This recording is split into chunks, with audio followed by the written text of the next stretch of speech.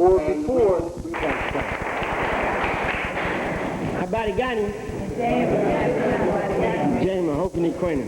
Seeing y'all here brings us great peace. I want to Brother Lionel to the African Institute for the invitation to come and share with you some thoughts in these times where black people need to talk to each other and where we need to initiate and sustain a dialogue that is never ending, that is teaching, and that is inspiring. We need to talk to each other because we raise each other. When we come to each other, we must be happy. Whether in a small crowd or large, we must take the same attitude. That's what I do. Whenever I go speak, it doesn't make any difference to me if it's two people. One, I talk to my wife the same way. That's why we've been together so long. I'm always enthusiastic. I'm always enthusiastic. And I don't want anybody here to sit and look like you mourning. You understand what I mean? Remember I told First World that. You can't do that. Well, people don't even want to come see Nashville because Nashville looks like they sad all the time. Somebody told them they had to eat vegetables and look bad. You understand? Drink a lot of fruit juice and make like you nothing impresses you. No wonder your mate is not inspired. You see, love, like everything else, requires rejuvenation or it dies. Right. It's not enough for people to come around and say, hey, this is me. Remember when I moved you? Yeah, but that's so long ago. We got to go by what you do now. Do you understand that? This is going to be one of my points in a minute. But if I had to marry or propose to some people in the nationalist community, based on what they look like in the audience, I'd go single. You came here to share with me a dialogue. Ain't no need you coming here if you ain't gonna smile and laugh and enjoy and make me feel like I'm talking to my people, not a bunch of whites. You see, the white man, and this will be 5 minutes because we don't have that much time, the white man is a spectator. That's one of the reasons he's so cold. He looks like human death, like he's the camera lens rather than the one holding it. Look at him now. When he blew up his shuttle, he carried it as a news event. When he goes to his opera, he sits down like some of y'all in other meetings. Detach, the people croon, do what they got to do. Then he jumps up at the end and claps. Bravo, he said. Yeah. Sits right back down. Okay. If you felt it and said something during the performance, he said, shh. Yeah, he does. But we got different attitude on it. Before we get in the room, if it's music, we clapping and singing and bopping. Is that what I'm saying? And when the singer starts to sing, we go along with her or him, don't we? We dance in the aisle. We call out. We have to do that for the speaker. You do it in church. Why can't you do it in a nationalist meeting? Black women and men, and I'm talking to you as nationalists now. I'm not talking to you as just black men and women. I'm talking to you as nationalists, people who have a black consciousness. I'm telling you, you've got to clean up and have more fervor in your life. And stop looking like you're dead and losing. You belong to the rising tide of history. You know second-rate people. The future of the black movement rests on you. And you looking sad like that? You come out and you be ready to enjoy yourself. People that don't enjoy their work, they're engaging in toil. It's not purposeful, chosen activity. It's what you are out of force and coercion. People go to work every day now because they have to, not because they really want to. And I don't want you to be that way about nationalism. So when you come and talk about something as serious as how black men and women ought to relate, I want you to be interested. And I want you to demonstrate to me that you're interested by bearing witness in appropriate phrases and give me the support I give you. All right.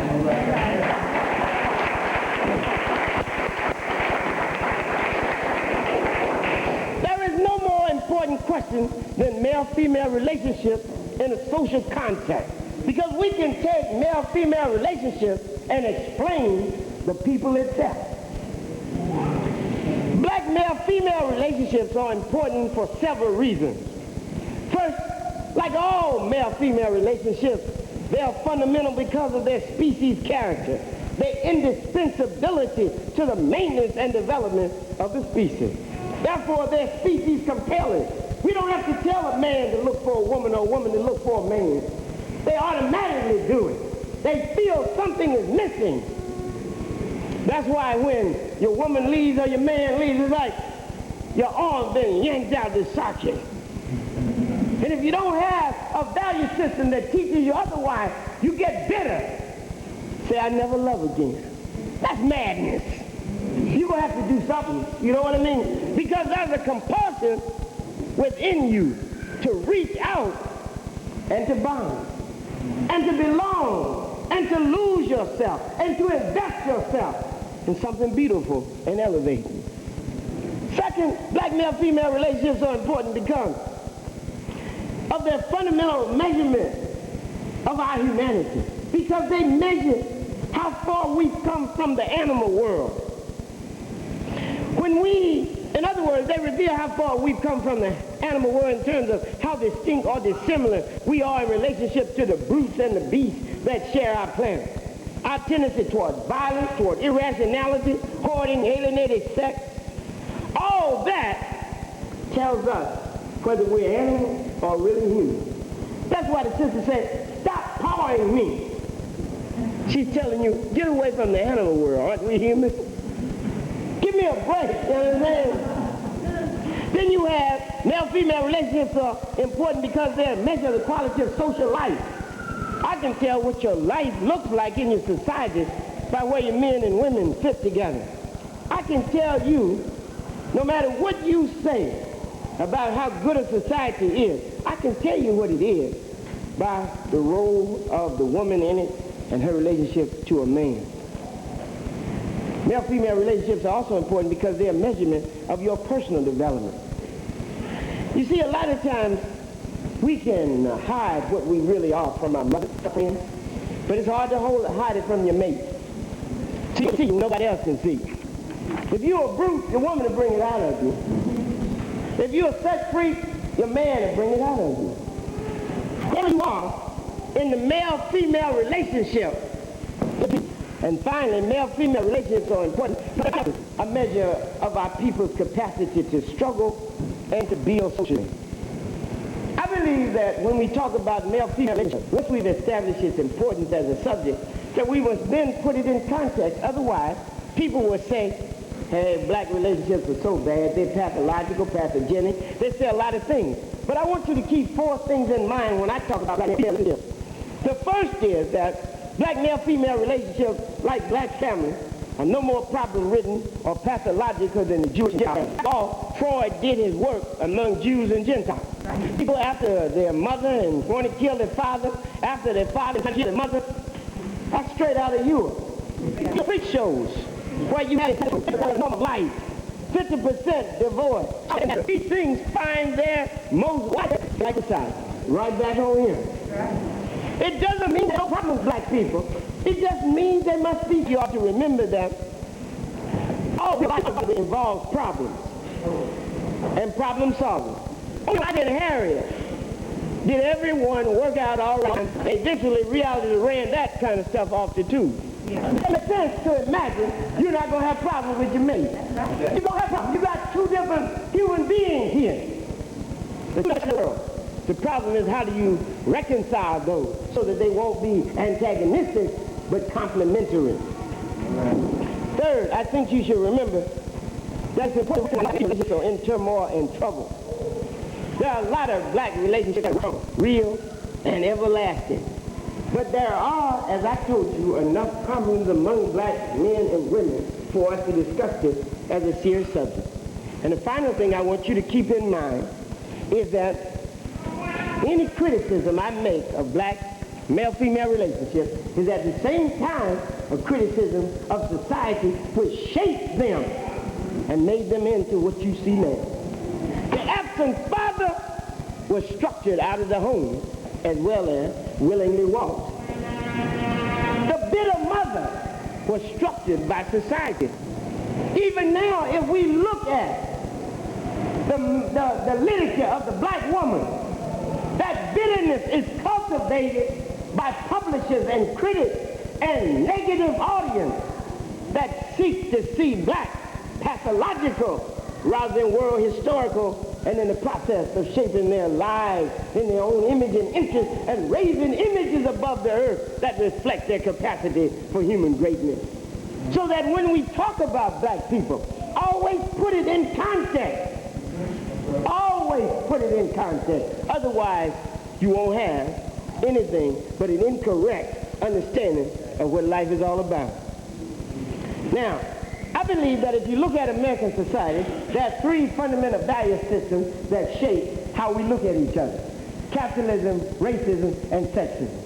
Capitalism is a socio-economic system that tells us that anything that ain't worth buying, you don't need, and that if you can't buy it, it ain't worth having named.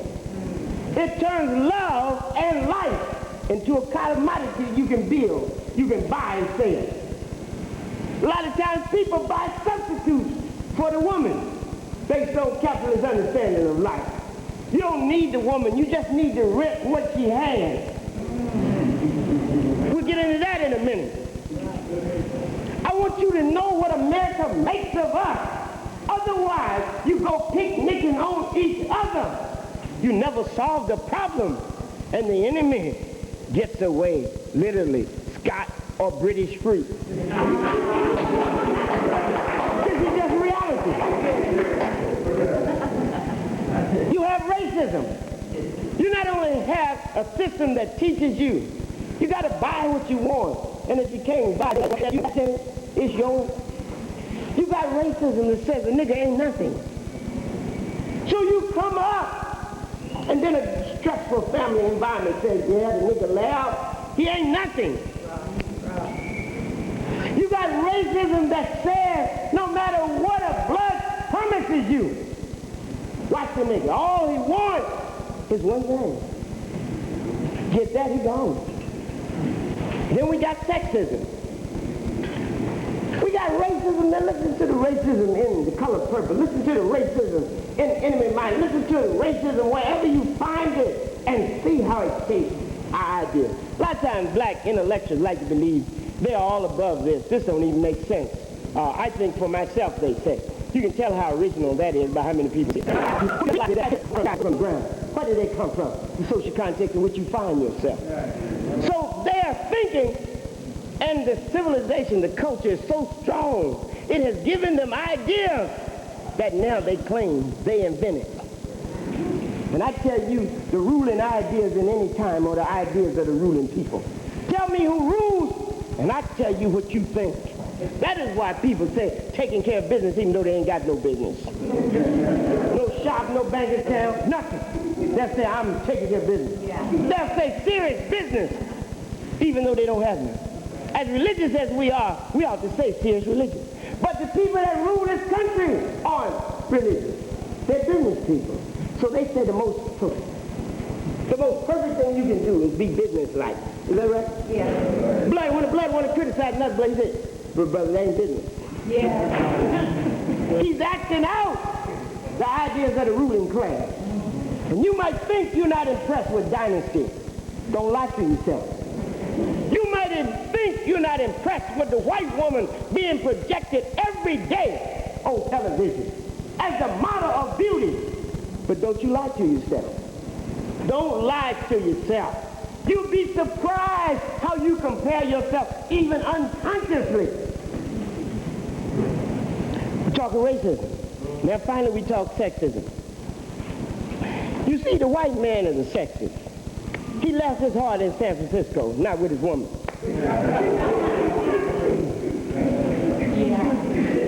The white man's hard on his woman. You see? He teaches that a woman is fucked. Two things. Mainly to have children and sex if you're interested in it that way. He wants her to be a queen and a hoe at the same time. He wants to freak off with her. At the same time, he wants to make like she's a virgin. That's why they made one of them a God figure, and the rest of them, he just rapes at random. That might be a little difficult, but if you remember that, they got a virgin that they pray to, and at the same time, they try to screw everybody they run in contact with.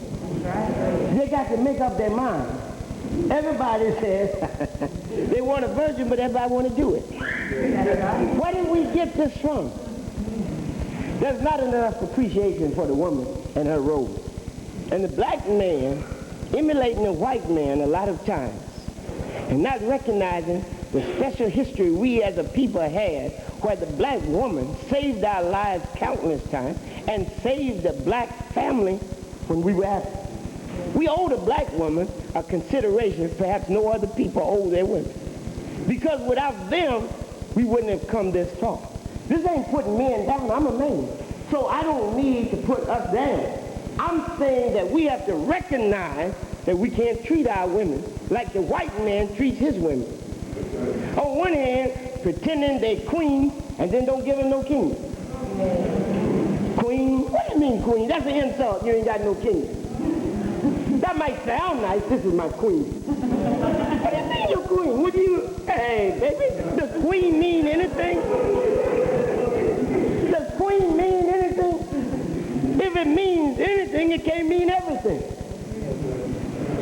You got to have royalty here, we talking. And we got to have a respect that most people don't want to give except, you know, when somebody's in front of them. Most of the respect is referential, not deferential. In other words, you refer to it, but you don't do it.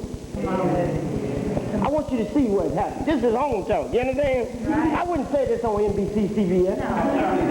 You understand? But we need to talk this. Someplace we've got to talk this. Now, look at the context. I'm arguing that the major problem with our relationships is that they are, and when I say they are, I don't mean all of them. I don't even mean half of them. I mean too many of them have become, I want to be objective here. So people don't, yeah, that's right. Time might say something negative, but then I say something right. Oh, well, all right, if you say so. This is the negativism. It's even considered, listen to this now, it's even considered a weakness to love. Did you know that? If I say I love my house too much, people think I'm weak. She sure got a ring in his nose. So what? Is it disorienting me? Have I gone crazy? Do I lock up and stay at home? What does this mean? We have an unbreakable bond. That if she got one in mine, I got one in hers. But better still to just say, my arms are around her, even when I'm away. That's what Malcolm said in his book about Betty. And Tim Moyer brought that out when she was giving a report with me. That Malcolm said that Betty wrote him and said, even when you are absent, you're present with me. Do you understand? That's a bond beyond the physical. Most people are bounded by the sitting down, but they can't work out nothing sitting up or standing up. And people even say that. We have good sex, but we just can't talk. What kind of relationship is this? What do we got here? I said that too, that there's a major problem here in that many of our relationships have deteriorated into connections as opposed to relationships. And they've done this under the stress of society. Now, I had told you about the white man, but I also want to tell you that there are other things that make our relationships like this. Look at music. Every day you go, and I'll talk more about it when we get to the flesh talk. We go in down the street with radios to our ears and things in our ears. People saying the woman's a freakazoid. The woman can do it. I'm going to take her home with my mama, but the woman can actually do it. We see the woman not as a whole person, but as somebody you do it to. Have you heard our music lately? And can you imagine the image of the black woman that the black boy is getting? It starts early. Everybody in here was once a boy. Every man in here was once a boy. How did you learn about the black woman? A lot of times it's through music. Another thing it was through media. Another thing it was through the streets.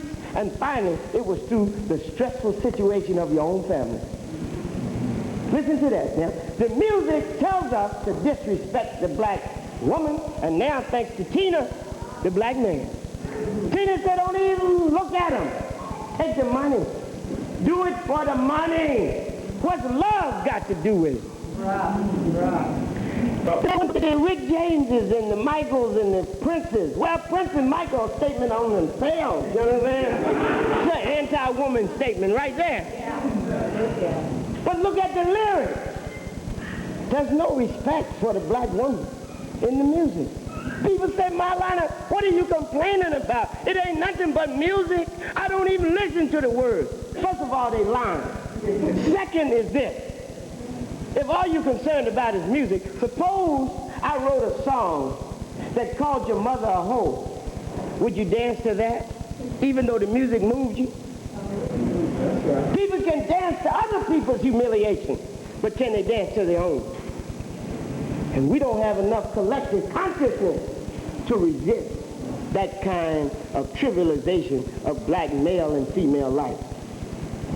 I said that our problem is that we got connections rather than relationships in many cases. Not all of them. What is a connection and what is a relationship? A connection is a short-term relationship based on the mutual misuse of each other's body. A short-term association based on the mutual misuse of each other's body. That is to say, it's a fast relationship, superficial. You hit it and quit it, you get down and get away. In fact, you're a fool if you stay too long. Everything in America is done real fast. Is that fair to say? We go for fast food. We go for fast church. We go for fast meeting. We go for fast sex. We go for fast sex. And people don't even want to take no long commitment. Blood says to say, hey, now look, you like me and I like you. Let's not lie about it, you understand? Let's get on, get down. We both grown up, you understand? Ain't no need drawing it out. We know what it is. Blood ain't even talked about no plans for the future house. None of, oh, that's dead. Brother, I got too much pressure on me. You know what I'm saying? I mean, I think it's wrong for you to propose something like that. I didn't even know I was getting into this. I thought we just wanted to have some fun. That's a connection.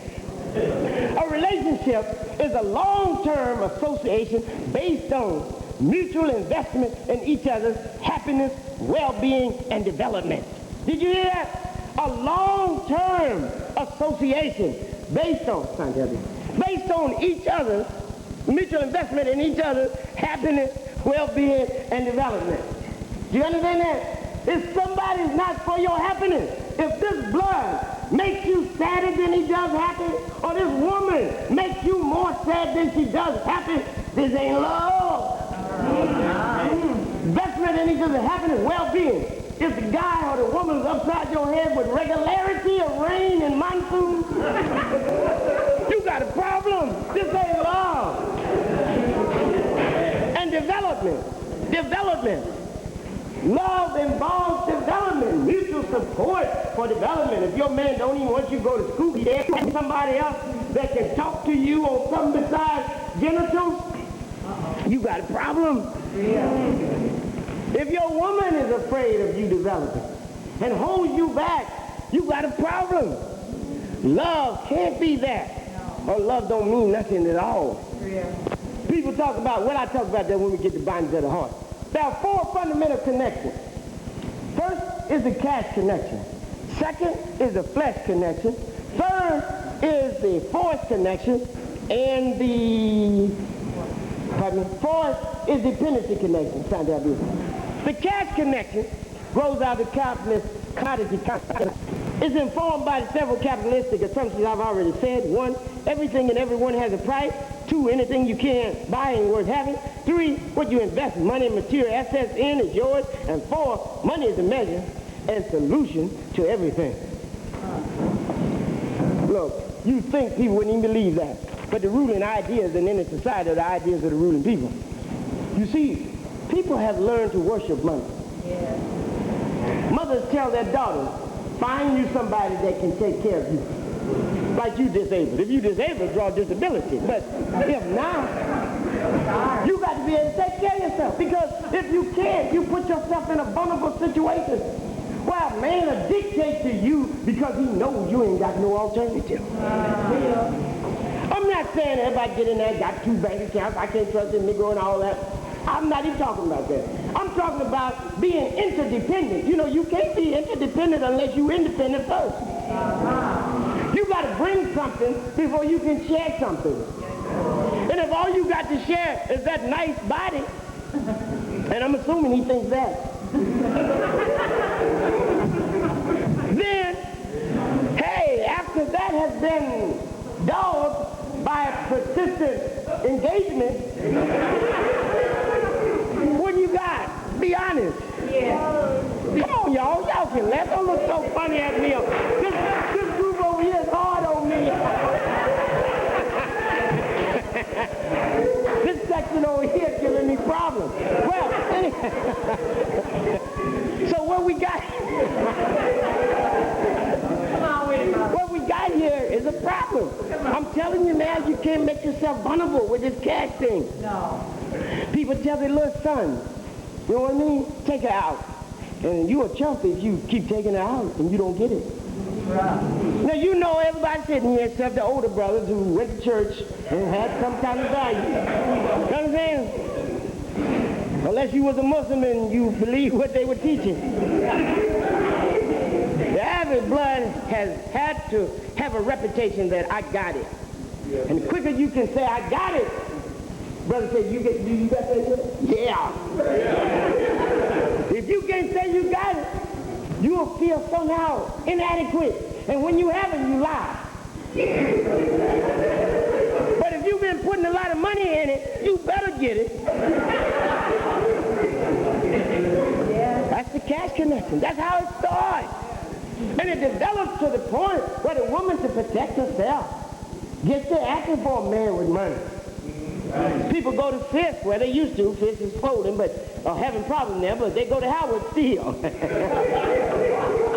Looking for a doctor. The other ones are looking for lawyers.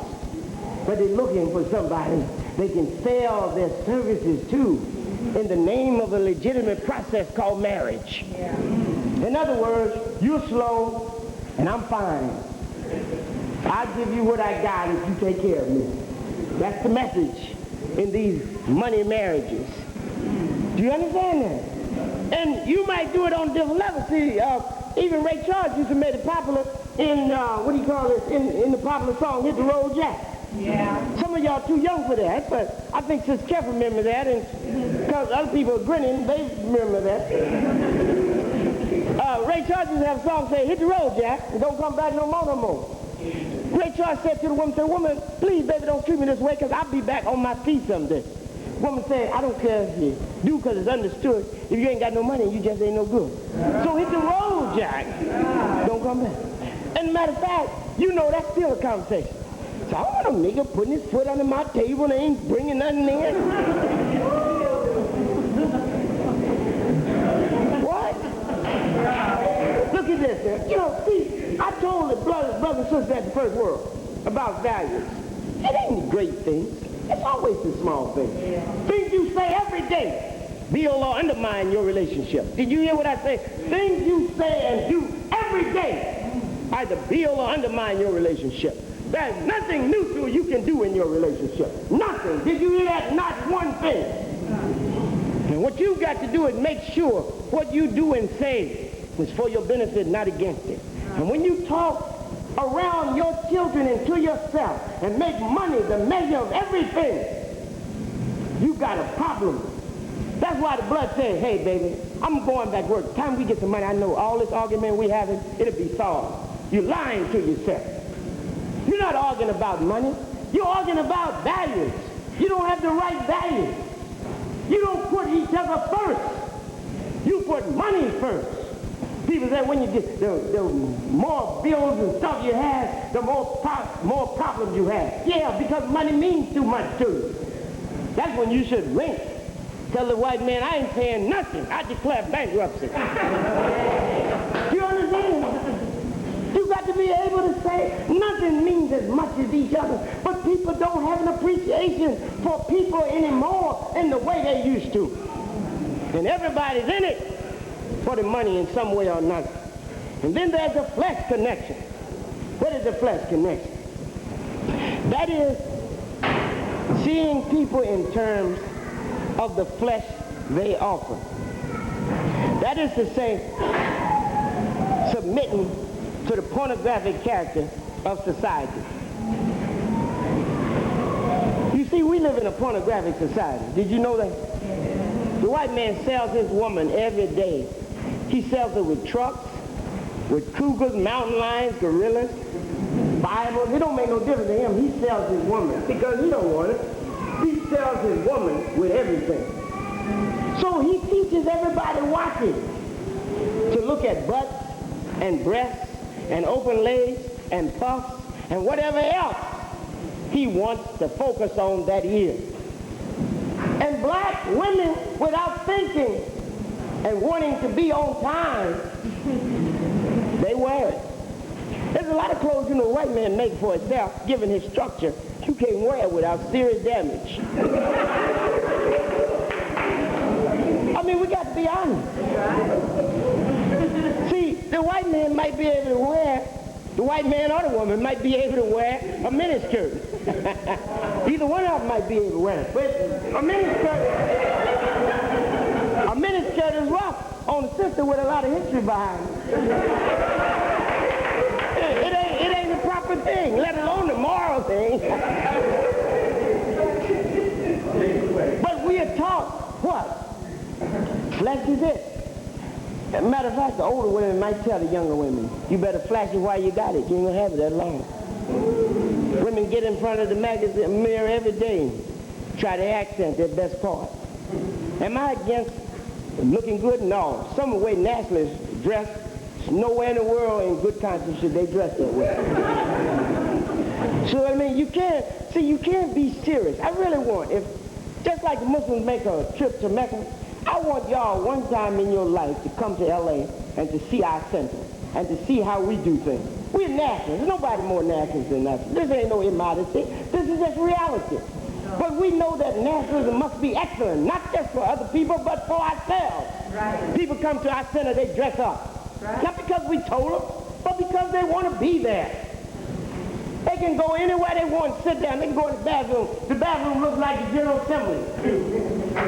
It's pretty.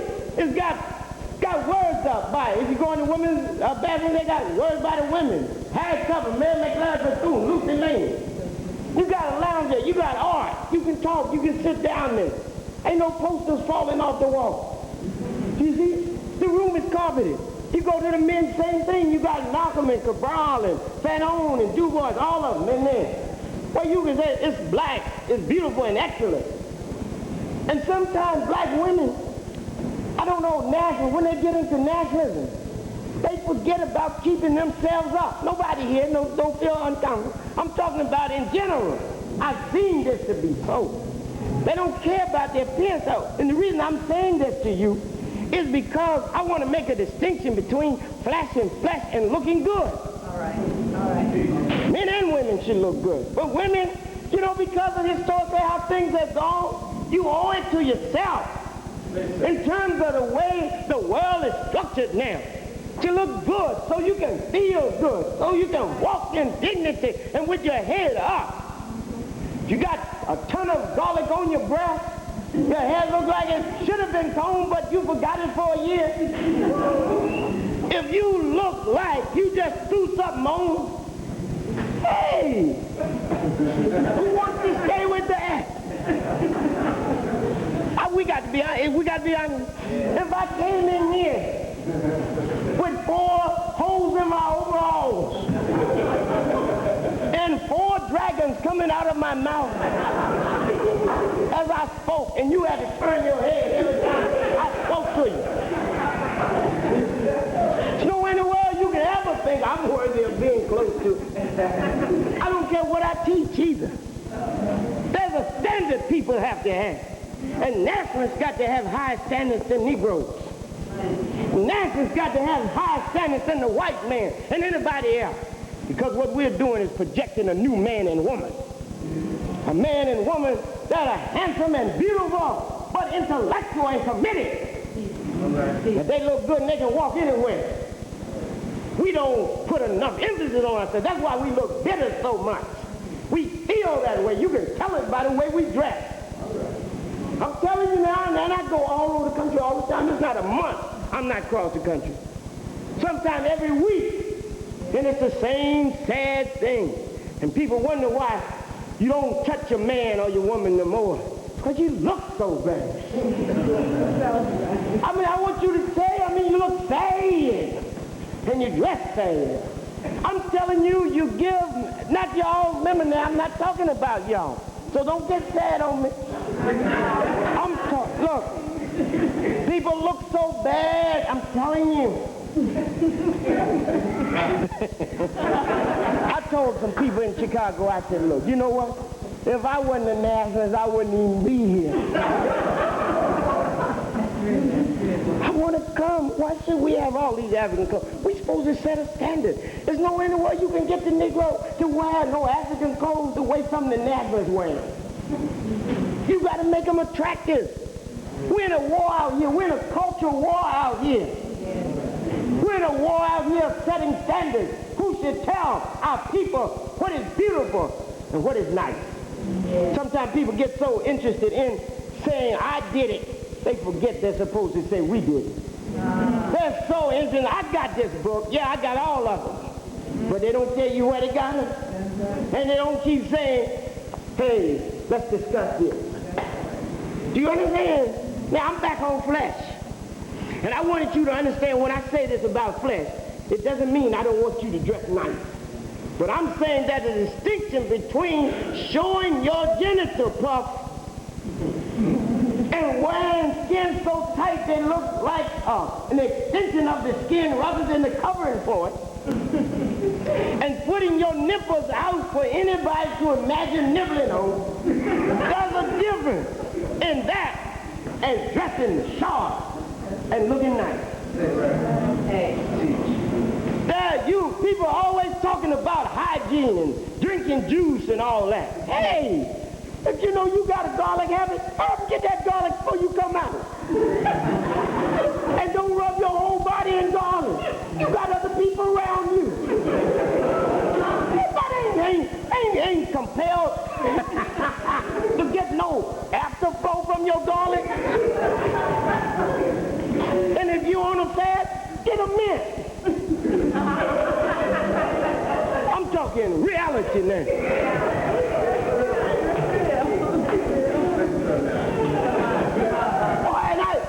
I suffer this all the time because I go to so many places. I don't know what happened. Do y'all remember? I don't know, maybe y'all were young when the 60s happened. And then most of y'all ain't that young. Go, you remember the 60s. Yeah. People look nice. They smell nice. Their hair was kept good. They wore African clothes like everybody ought to wear. They look royal in them. Not like they were going to what do you call that, the General Army, what do you call that place where you dump clothes? Surplus, Army surplus store. You know what I mean? Look, I know you want to wear, brother say, I want to be comfortable. Now, you might say, this don't even have nothing to do. Yes, it does. Yeah. I want to be comfortable. Well, you can be comfortable, but you'll be by yourself comfortable. And how can you say you're a nationalist and talk so individualistically? Don't you know that we're all cultural representatives of our people? That's right. And even more so, nationalists or cultural representatives are the most vanguard thought and practice in the country. And if you misrepresent us, isn't that a reflection on all of us? Don't you owe it to yourself? Now, The flesh connection makes people think that what they've got to do is get down, and then they can get away and make their point. And I'm arguing that you don't ever build a relationship on going to bed with each other. Sexual attraction is one thing, but building a relationship is another. That's what Malcolm was talking about, and I talk about this because we had a whole month celebration of Malcolm. We just had speakers come in on Malcolm. We did seminars on Malcolm and reviewed his books, and had people come in and lecture. We brought Dr. Clark to start off the month. And we just talked about Malcolm, so I'm going to use a lot of examples. And Malcolm was talking about the difference between romantic love and real love. See, that romantic love, a lot of time ain't nothing but lust. That's what Malcolm said. You see somebody, and I'm not against people being physically attractive. You know, I got a little feeling myself, you know what I mean? But you got to discipline yourself. And you got to understand that that's not enough to build a relationship on. If you are just attracted to somebody and just sexually involved with somebody, you can't complain when that's all they give you, and when they're finished, they don't even have nothing to say to you. In fact, they turn over and want to get out, and here you want to be in love. You ever notice that? You don't have to raise your hand, but think in your mind if you've ever had an experience like this. You think everything is good, and y'all really hit it off, and you get down, and whoa, it's just goodness. Rising in the rainbow and floating down like a leaf in a gentle wind. Oh, it's pretty. People talking abstract in your ear, you know what I mean? But then all of a sudden it's over. You want to talk love and lay up, and the guy said, well, I guess I got to go. And you feel like you've been used, but mainly you used yourself. Because you put too much emphasis on the flesh and not the substantive feeling and planning and thinking that goes into building a relationship. Building a relationship is not easy, I'm saying. And that you must build on your first attraction and give it a more substantial basis. Then there's the fourth connection. We can't build our relationship on cash. We can't build it on flesh, and we certainly can't build it on force. A lot of times men just take women over. Women are vulnerable. I want you. I'm going to get you. You see, people that say that. Just take a woman. The man lifetime real persistent. The woman just give in. She's scared of them, don't know what to do. We can't do all that gunplay and bogarting and stuff. That's dead. Also the fourth connection where the man beats the woman so much. She loses her self-concept and can't even leave even when she knows the man is brutal. You can't have force in your relationship. That's a connection. And you can't whip women down ideologically, making them think motherhood and womanhood are the same thing. Now, I know I get a lot of response on this from the nationalists, but womanhood and motherhood ain't the same thing.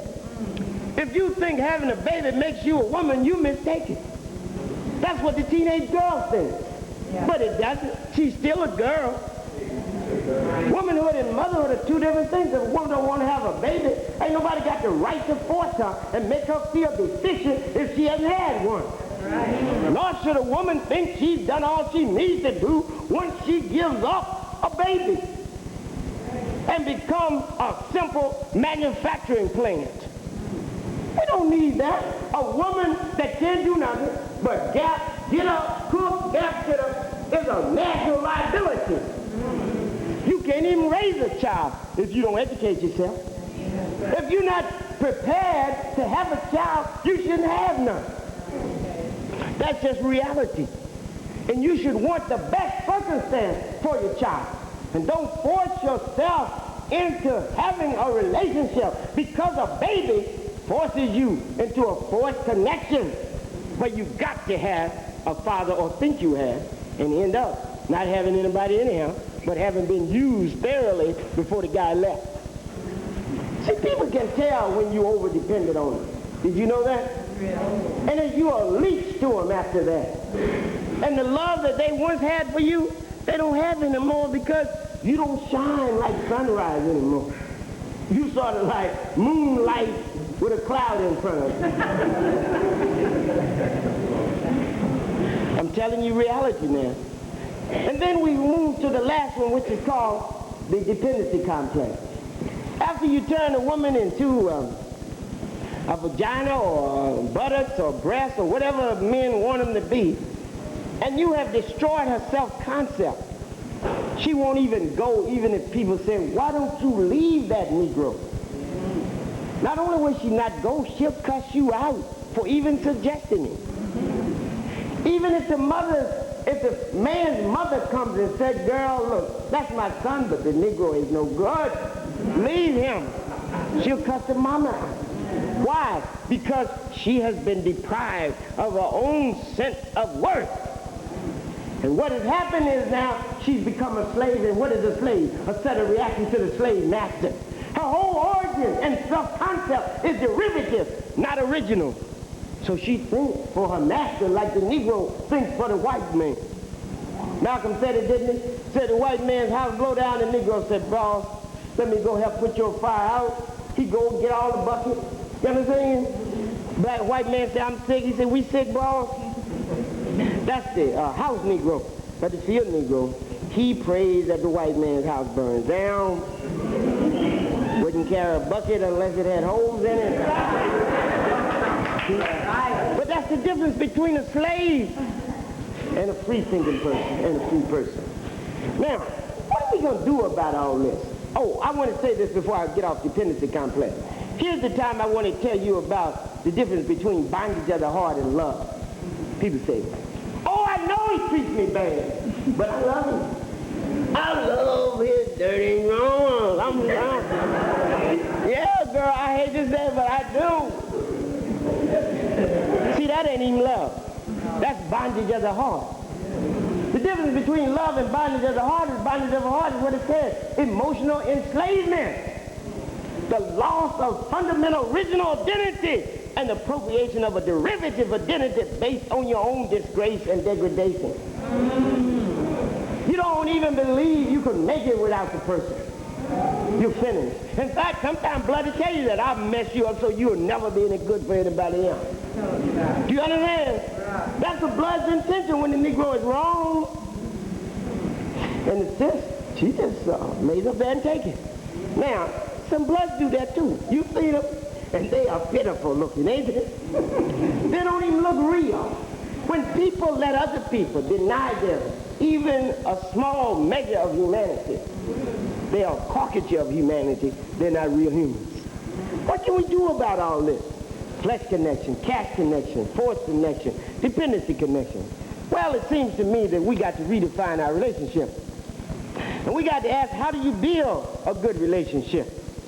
First of all, you start off, black sisters and brothers, with seeking somebody who has similar or common views and values, common commitments, common priorities. See, you can't complain about people wanting something different from you if you start out choosing somebody totally opposite from you. If you're a nationalist, you ought to look for a nationalist. It doesn't mean nationalists and non-nationalists can't get together. We're talking about probability. You understand what I mean? If you got somebody that loves white people,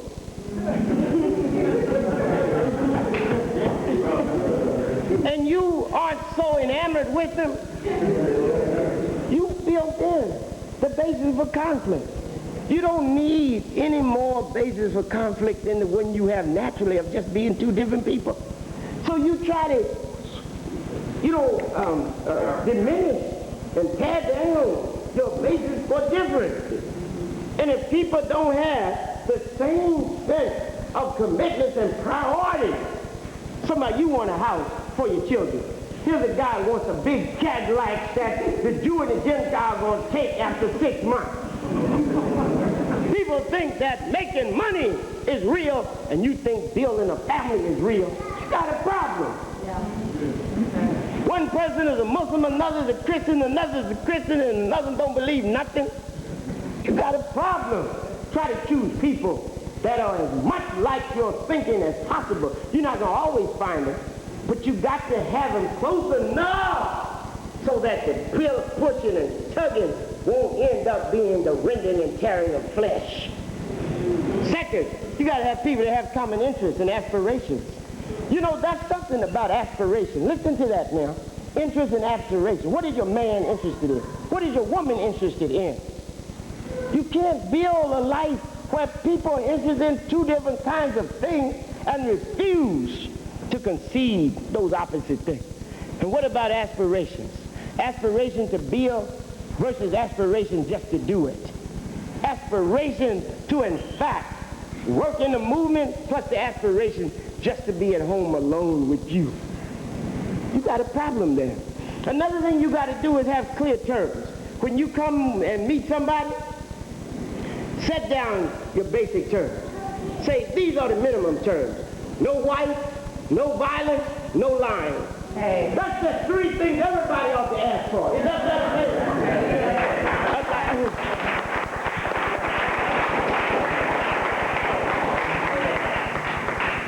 A lot of times, though, the sister, I feel sorry for the sisters sometimes.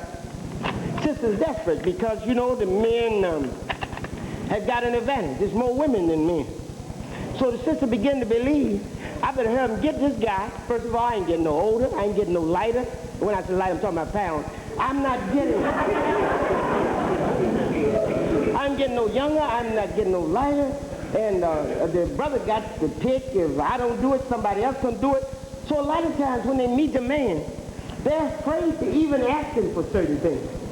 Then long in a relationship, when he gets down wrong, she said, well, I thought. He said, no, I didn't tell you that. Take your time. Ask the brother for the basics. And I'm saying this to the sister, but you know, with the right changing, you can get it for the brother. I believe brothers are going to protect their interests.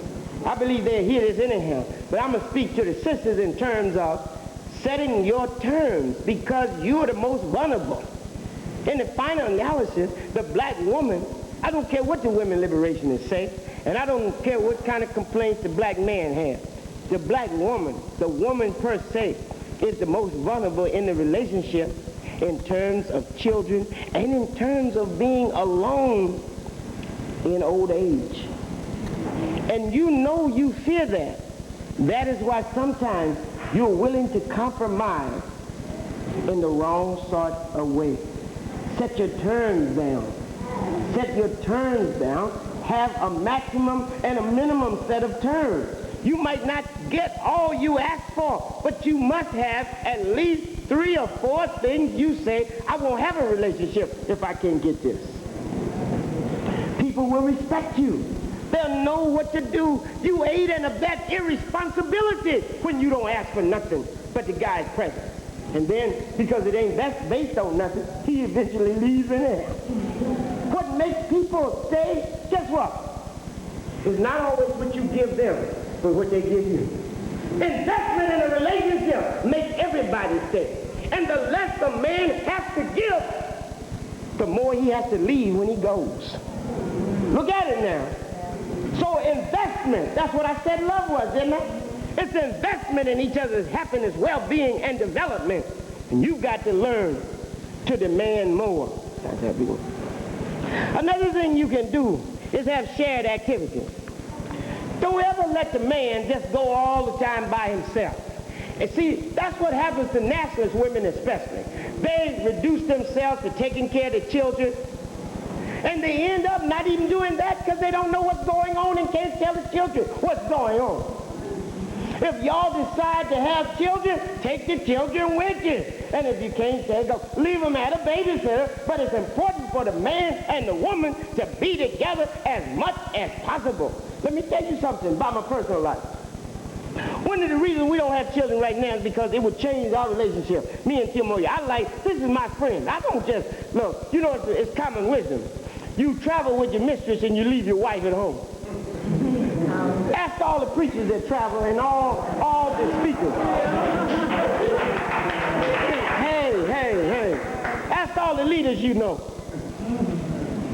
One of the things about traveling is getting away from your woman and finding new flesh. I'm just telling you honesty. People lie to you. But I'm going to tell you what's happening. The reason I don't leave my house home is because she was my friend. She was just my wife. She'd be home now. I'm telling you now, hey, do I need to lie? No. But this woman I can talk to. We enjoy things together. She sees with my eyes, I hear with her ears. So there's no reason to leave this woman home. I I need somebody to be with and to talk to. But hey, if this woman was just a wife and she was slow and didn't want to do nothing but make a baby for me, I'd heard him, if I didn't want to leave him, felt sorry for her, I heard him give her a baby, and I'd go on and live my life somewhere else. I'm telling you now, see, the black men in the movement convinced the black women that this is some great honor to have a baby. Which is all right if that's what you want to believe. I think it is. I think child rearing is good. Somebody got to do it. Let's hurry and get it done. But let's do it on a firm basis, not as an excuse for not relating to each other.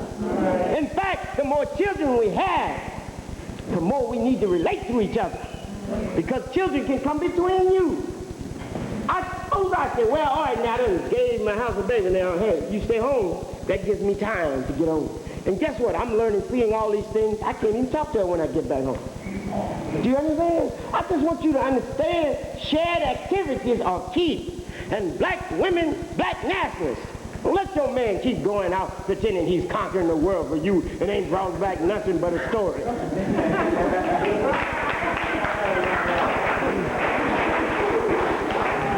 Next, which brings me to what I was talking to you about, Tim Moy. Quality commitment is the next thing that cures. That means friendship. There's nothing like friendship. You don't need a woman or a man as much as you need a friend. But when you got a friend and a man or a woman at the same time, you got a goodness that'll keep you strong and happy. Do you understand? A friend wants for you what you want for yourself. A friend is not always checking on you. A friend does not resent your growth. A friend does not try to hold your growth back. A friend is not jealous of other people loving you. A wife or woman that ain't a friend, jealous of everybody, including your mama. I'm tired of her getting in our business all the time. You know what I'm saying? Just jealous. And jealousy is a sickness and a disease. Now there's a normal jealousy and there's an insane jealousy. We ought to really use another word for jealousy because any jealousy seems suspect. But anytime people aren't a little jealous, that is to say, don't want no one to occupy the space they share with you. Yeah. That's real jealous. That's nice. Anytime people don't feel that, they don't love you. Even the time they don't believe that what you got is special and nobody else can share. That's right. Even if you're talking extended family, each one of them still has to feel that uniqueness. People must feel unique, and if they don't, you're not doing it right and they're not doing it right. Okay, and then finally I want to say, you need a support structure. You know, the black man believes you don't have to, you're a man, you take care of your own family. Don't let nobody lie to you. You need people that believe what you believe. You don't need to be around people that say, girl, don't let this nigga get away with nothing. I'll tell you about it. That's why I ain't got no man. Well, see, she's right.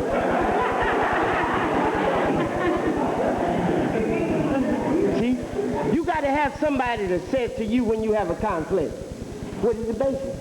Well, why don't you look at it like this? Go back. Everybody has these kinds of things. You know, if it's not that terrible, go back and try to work it out. And ask you again and again, how can I help? Can I keep the children for a while so y'all can just face each other? Whatever. You got to have a support structure that teaches the same values you have. People that want you to be together. A lot of these old bitter people by themselves, they don't want nobody to be together. They want company in their loneliness and bitterness. And they're going to speak bitterness until they die. That's a sad thing to say, but you know it's so, and you've seen them. And the hate and bitterness start making lines on their face. Even their parents don't recognize them. Get a support structure and their greatness. I'd like to close by saying one of the most beautiful ways that you can think of marriage and mating is in the Kawa-Eden framework. You know, my philosophy is Kawa-Eden. I do marriage ceremony. And in the midst of the ceremony, I give 7 sacred vows. And I tell people that they should promise each other always to love, have faith, work, and endure. Because it's by love that we begin the relationship, by faith that it is sustained, by work that is reinforced and strengthened, and by endurance that it lasts and brings real and eternal happiness. And we believe that if you believe in each other, if you have faith in each other, then That will strengthen you and sustain you. If you work with each other, it will reinforce you. If you love each other, even when you have obstacles, you can leap over them. And if you endure with each other, when everybody else leaves, turn, and there you will find your mate beside you. And I end the way I end with the marriage commitment. If you keep your commitment, if you understand what I told you in brief, and you keep your commitment, you can take the 7 sacred vows, which are this. For you, there should be no more longing, for you should be fulfillment to each other. For you, there should be no more falling, for you should be support to each other. For you, there should be no more harm, for you should be a shield to each other. For you, there should be no more sorrow, for you should be comfort to each other. For you, there should be no more loneliness, for you should be company to each other. For you, there should be no more hassle, for you should be peace to each other. And for you, there should be no more searching, for you should be an end for each other. Asante Sana.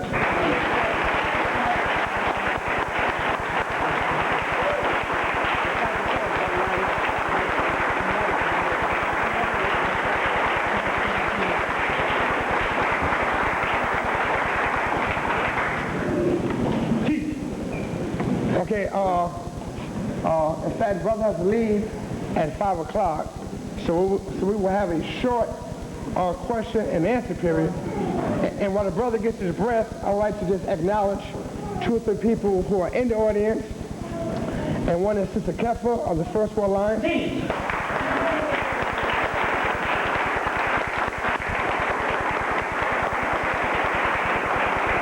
And Dr. James Small is in the back. James Small.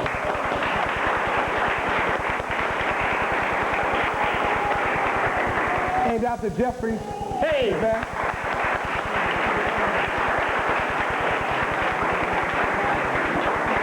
And his friend and his wife, right here, Sister Karenga. Tim Miller.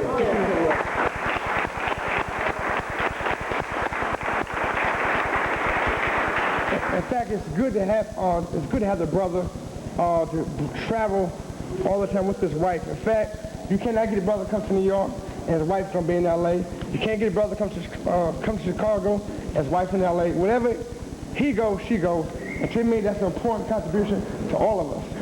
So let's bring the brother up for some questions and some answers, and then we have a few announcements, but we have to do it quick because the brother do have a flight to catch, and we want the brother to get back to his family in L.A. So at this particular time, as those of you who have questions, please say it loud enough so the farthest person in the room can hear you. We'll start any way you want to. Quick questions. Yes, you got it. Okay, come on. Yes, sir, Brother Quinn. Can you speak to establishing, can you speak to incorporating new terms in a well-established relationship? Oh, yeah. How do you do that? Yeah. Okay. That is one of the most difficult things to do. African, you always said, the brother's question was, can I speak, or would I speak, to establishing new terms in a well-established relationship?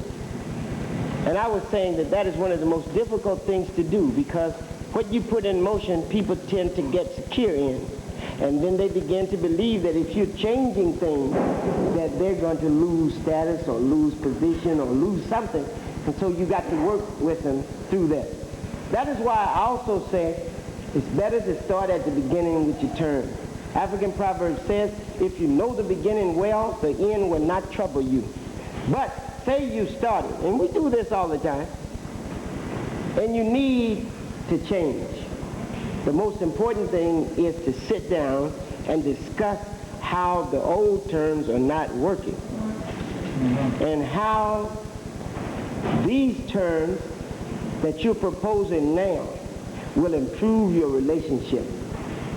Second, give the person you're proposing the terms with time to think about it, to feel comfortable with it, and understand them when they resist it. A lot of times people are resisting it not because it's not a good idea, but they don't know the implications of it. And people would prefer even the inconveniences of the past to the uncertainty of the future. People get used to doing things. They get in a groove, and any change scares them. And you have to be concerned with the frightening aspect of those changes. What they're frightened of you must solve that problem and then make the proposal again. Until you solve that problem, you can't get the proposal away. You have to ask, what is frightening you about this? And you don't have to say, girl, why are you scared? You got to seek it out in indirect ways. A lot of times people can't admit they're wrong, or can't admit they're afraid, or can't admit a lot of things. So what you have to do, if you're the one making the proposal, you have to play the stronger person, and you have to give them latitude to come to the position that you're advancing. And you have to demonstrate with beyond what they call a reasonable doubt that what this is going to do is benefit both your lives, not just yours. That's the key to all this, is to making sure that what you propose is not just your proposal, not just for you, but it's for them also. And if you cannot make it appear and be for the other person as well as yourself, drop the proposal until you can. That's my position. And you got to give time, and you have to have understanding, and you have to make them feel overly sure. It's like in terms of my own house. A lot of times Kimberly says something, and she might say, well, I'm not going to bring this up because, I don't want you to think that. But I said, no, that's my role to reinforce you. Just tell me. I'm glad to reinforce my friend because the woman is valuable to me, and I don't want to lose her. And I don't ever leave what I got to get something I might have. So what I do is I put all I got into this. And even if it didn't turn out wrong, I wouldn't feel bitter. I mean, if it didn't turn out right, I wouldn't feel bitter. A lot of us are afraid to take risks. We just got to the point where we got to have 100% surety, and you can forget that. I got 100% surety because any way it goes, I've enjoyed what I got. But I know it'll go on because she got the same attitude I got. Do you understand? And so I just invest regardless. You see? And I think that that's what we have to do. I do that a lot of time with relationships in the movement. I don't know how people are going to go. And I've been betrayed a lot of times. I mean, people work with the white man against me to put me in captivity on a trumped-up charge. Slander me and all that. I could say, hey, I'm sick of Negroes. That's the last time I want to see a Negro. Don't you bring me nothing, Negro. But I want to love, and I want to build. And I don't have anybody else but my own people. I don't want anybody else. I don't need anybody else.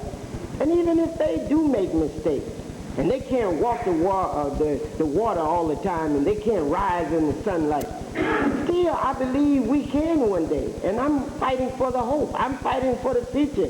And that's what you got to believe in. And I'm telling you that even though I give you these little small solutions, in the final analysis, only work works.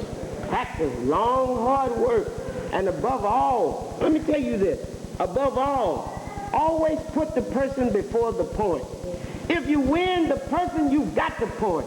If you lose the person, you can't make no point. Whenever you think what you're proposing is more important than the person you're proposing it to, and you're not sensitive to their needs, their apprehensions, you can't make no point. And you can go over it 1,000,000 times, and you be so right, you be real right. You ever notice that?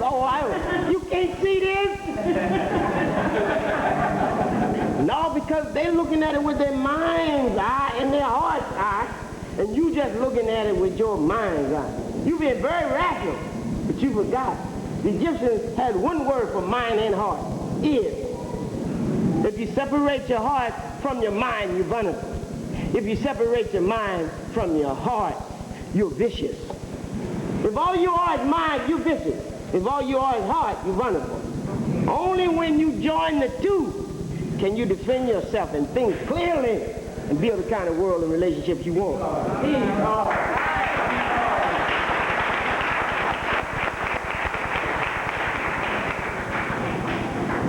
Sister, and brother. When our relationship appears to have serious problems, that you just a third party being brought in as a spiritual advisor or a counselor or a therapist? Yes. Appreciate what you said, if I understand correctly. That's the point I made about the support structure. And I told you a lot of times the black man, he said, I'm a man. I can solve my own problem. But he can't. If he could, the white man wouldn't be over it. The white man is our problem. We haven't solved it. You understand? It's a little bit more to life than just declaring I'm a man. See, what you've got to understand is that getting good advice makes you more of a man. Because then you can act in a more certain and effective way. Effectiveness has to do with manhood, not just declaring oneself. So I would suggest all the time, especially if it's something serious, and don't wait until it's so aggravated people are embarrassed to hear it. See, I counsel. I've been counseling now for 20 years, 21 years. I've heard most of the stories out there. But I heard most of them anyhow before I came because I was in the street. And when I used to be out there and listen, you know, I've been hearing some rough talk. I've heard the whole story. I've heard the pimp story. I'm a peasant. That's where I'm really from, farmland. I've heard the farmer's story. I heard the farmer's wife's story. I've been on college campus. I've heard the professor's wife's story. I've heard the professor. I've heard the student and the professor. I've heard them all. So what I want you to understand is that people a lot of times don't ask you for help until they're terminally ill. Whatever I look like or whatever your support person is, they're not God and they're not going to bring back to life something that's dead. Don't wait until you don't. You know, the more you wait, the more you scratch each other. The more you dig and cut and pick. The more you cause each other to bleed. After a while, I don't want the Negro no more. I don't care what you say. Yeah, I'll go down there, but I done made up my mind. Time I get enough money, you won't see me no more. See, when a person gets that attitude, I say, hey, get the woman and take care. See, it ain't no need of you you can't keep lying to yourself. When love has gone, nothing works. You know what's so tragic? So I'll just say this on the side. One of the most sad things is to watch people who are married, who loved each other. I mean, I met a brother, and I really want him to be together so bad. Him and his wife, I just married them last Sunday, wasn't too much. They were just looking at each other, holding each other's hand. See, I've seen people just like that, ready to kill each other after a few months.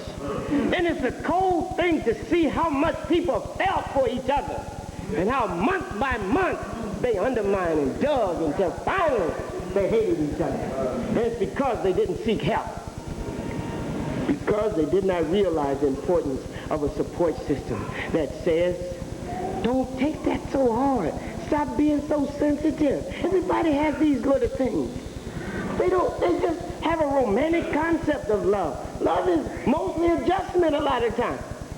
And you've got to adjust. And without a third party reminding you, you'll forget it because, you know what? You really believe that once you say I love you, and once you give all you got, physically, mentally, emotionally, spiritually, once you're ready to cuss God for this person, that the person has an obligation to love you as much as he did when he talked in your ear. And that doesn't always work. Matter of fact, the guy runs out of words a lot of times the first week. So you got to build on something else. But you misunderstand what love is. It ain't just feeling. It's living together. I don't care how much you love me. If we can't live together, that love won't last. And we argue every time we wake up, even about where the soap goes and how whether the toilet paper comes under or over. One woman and her husband broke up over how to put the toilet paper on the road. You think that's, hey, I'm telling you now, I've seen some strange things happen. And I'm telling you, there is nothing like third-party intervention when it's friendly to both of y'all. And try to get somebody that's friendly to both of y'all. If you get a person too friendly to your wife or your woman, then you'll feel insecure. If you get somebody too friendly to your husband or your man, you know what I mean. If you get somebody too friendly to your wife, you will feel insecure. If one gets... Yeah, you heard. Yeah.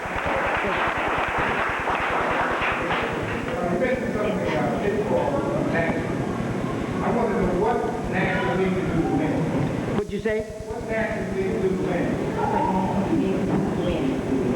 What the nationalists need to do to win what? To win what, brother? You mean win against white men? Influence outside of ourselves. Well, I appreciate what you said about it. Real. Now, I talked about this, and I'm going to repeat it, all right? First of all, I think, above all, we must be models. Did you hear that? We must be models. First of all, we must be personal models. We must know.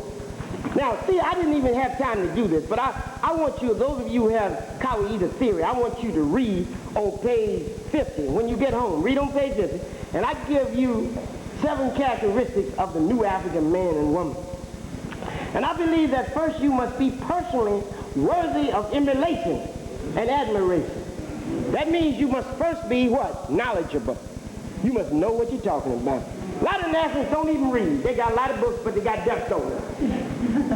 Go to all the conferences, buy all the books, get them all signed, and don't know none of them. I'm telling you now, it's just like I said yesterday about Egypt and the text. Don't tell me you're into Egypt and you don't have a Hosea and studying the text. Don't tell me not because I retranslated. If you don't want to read me for some odd reason, get the white man. But study the text. I'd rather for you study them the way they translate it than not study them at all. Do you understand that? So that's the first thing. Be knowledgeable. Don't just come and expect me to think black is beautiful and I've been brainwashed since the year 1 that white is beautiful. Don't look at me funny because I don't eat what you eat. That ain't what this is about. That's my next point. Not only be knowledgeable, be tolerant. See, the nationalist is not tolerant enough. And I think the second characteristic in here is principle. And under principle, we should teach tolerance. You got to be principled with people. Hey, so I don't want to eat no garlic. So what? I got some soda up here. I don't want no juice.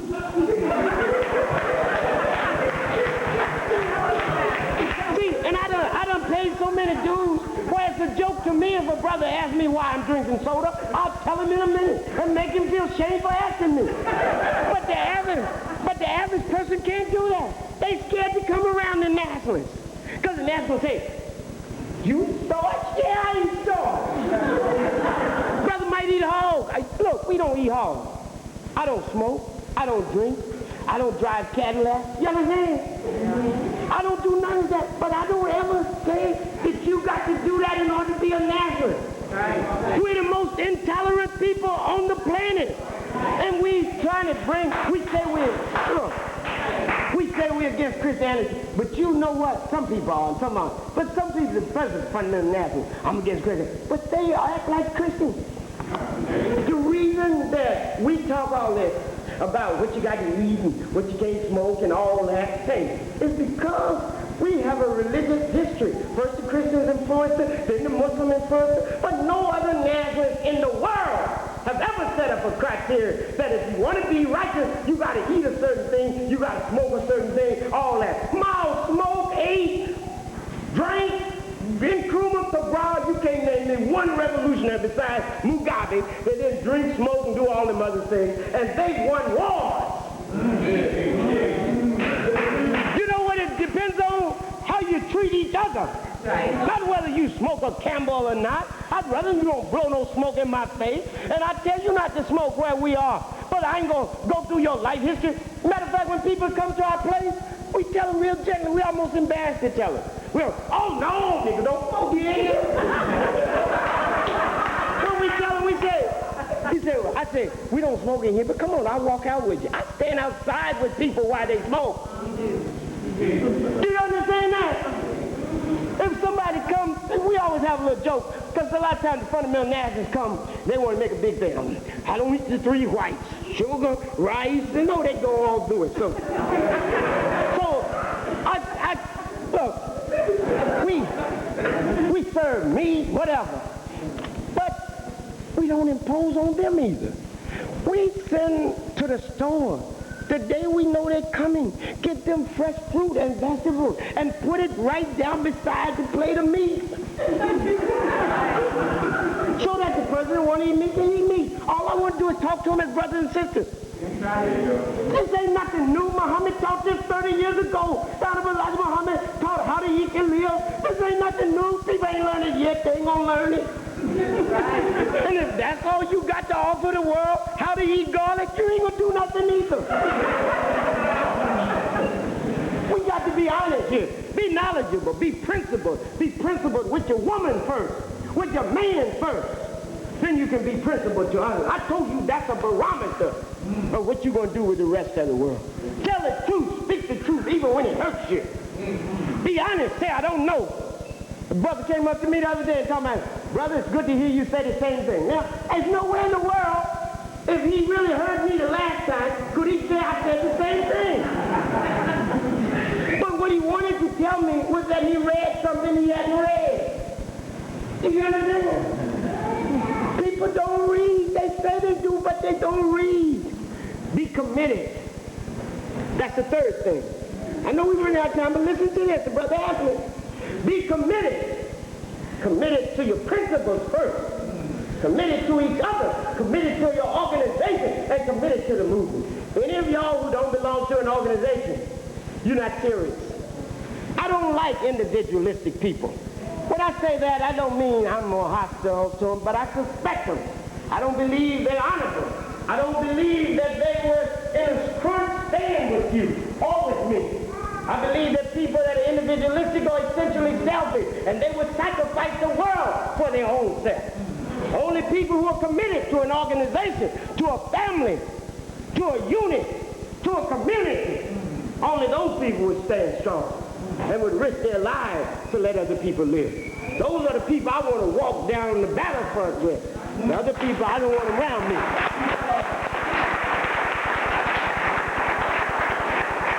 Then, strong, be strong.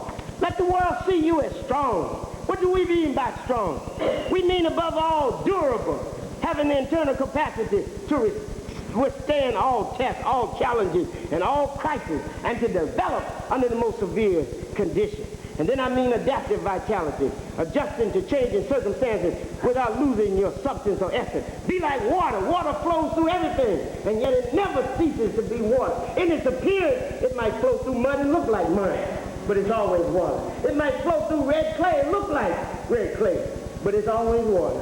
And the nationalists must be able to be adaptive. You know, the nationalists can't adapt. First of all, they tell you dress up. You know, we got dress-up clothes in Africa.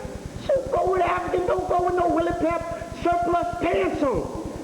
Don't go to nothing that's dressy. But please, the Salvation Army clothes. You understand what I mean? Gold looking nice so people can say. You know, blood likes clothes in first place.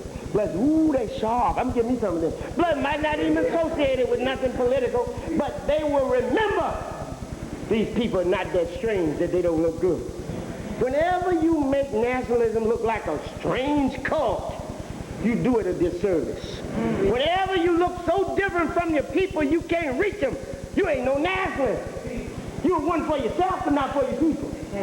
Whenever you look so hostile, people are glad they're not in your group. See, you know what? I like to be among the so-called Negro. Let me tell you why I like it. Now, I like to be among nationalists too, especially when, you know, I can reach them. But I like to be among the so-called Negro, because the Negro likes fun. And I'm a fun person. You know what I mean? I'm serious now. You know I throw down. But I like to enjoy myself. You know what I'm doing for black people? I enjoy this. I enjoy traveling. I enjoy meeting y'all. I enjoy hearing y'all's questions. I enjoy y'all's challenges. I enjoy just seeing how nationalists live around the country. I enjoy telling y'all what I think is wrong. But I like the Negro because the Negro, you know, even without knowing, if he hears the truth, he'll say, yeah! But the nationalist, here's the nationalist. What do you think of Karenga's speech the other day? First of all, don't call him Karenga, Maulana. What do you think of Maulana's speech the other day? Well, I liked it. I think it was good, but, you know, I've heard him say it before. See, that's a blood that ain't reading. You understand what I mean? And that's a blood that needs to seem like They always know everything. If you heard it before, then challenge me on it. You ever notice that the people say they heard these things before, can't discuss it? They never talk about what they heard. You ever notice that? What did you hear before? Yes. Do you understand? Seize the concept. It's time. But I want to just finish this. Then be disciplined. Internalize the value for self-imposed order. Self-denial. What is discipline? Discipline is self-imposed order and restraint. Without discipline, there's no development. Then the next thing is be achievement-oriented. Dream. Have the capacity to think beyond the immediate. And then put it into practice. And finally, be audacious, be bold. So once you build yourself, build your family, then get in an organization and build that organization. And then begin to demonstrate in your daily work and talk that what you're offering the Afro-American people is more important and more substantial than what they're getting. Black people have no obligation to listen to you or to follow what you suggest unless you have first proved it to be of more value to them than what they're already doing. And that is what I want us to do, to be the best in everything. That is why we created ASCAP, because we want to be the ones that intellectually, did you hear that? Intellectually reestablish and restore Egyptian culture. We want to be the scholars of our own culture. I don't want to just take a book, read some Massey. Who is Massey? I'm sick of Massey. Who is Massey? Who is Budge? What about us? When do we get past that and read each other and above all, read what the Egyptians themselves said? When Massey translated his work, they didn't even have a good knowledge of Egyptian. They didn't even know the language. A lot of the words Budge used are no longer real. He had the wrong translation. They did good work at the beginning, but what do we do from here, black people? I want to so live my life that even when people disagree with me, they admit to the excellence of the work I'm engaged in.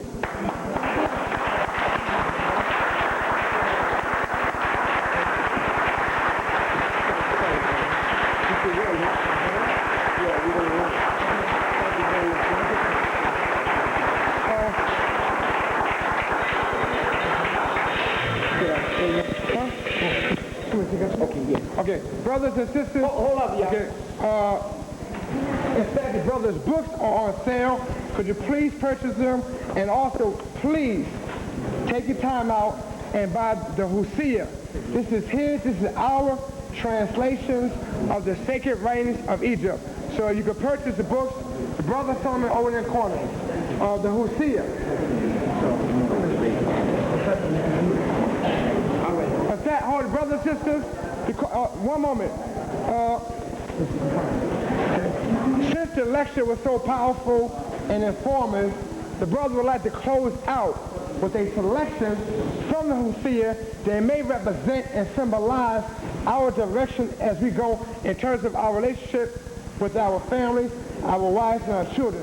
So at this time, as soon as brother finished with this particular selection, and you could get the book over there in the corner, then we will just walk out. Dr. Karenga. Yes. I would like to read from the book of Anshe Shonke. This is something a lot of times we start our meetings with or end them with, and it is 7 sacred wishes. And it says, may the waters never fail to come. May the fields never fail to flourish. May children do honor to their father and mother. May the moon follow the sun and not fail to rise. May I recognize my friends that I may share my goods with them. May I recognize my sisters and brothers that I may open my heart to them, and may life always follow death. Hotel.